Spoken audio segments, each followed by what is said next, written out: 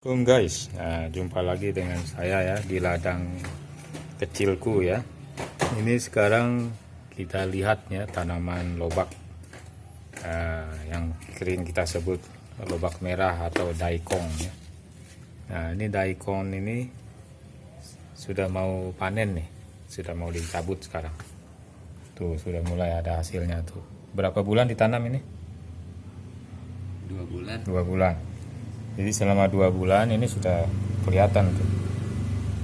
Jadi yang satu ini nanti dibiarkan untuk bibit, untuk ditanam lagi. Kalau ini mau dipanen nih, mau dimakan. 2 bulan sudah sebesar ini. Lumayan nih guys buat melengkapi dapur kita itu dengan sayur mayur ya yang sehat. Ini kan banyak manfaatnya ini daikon untuk kesehatan. Oke, begitu saja informasinya ya. Nah,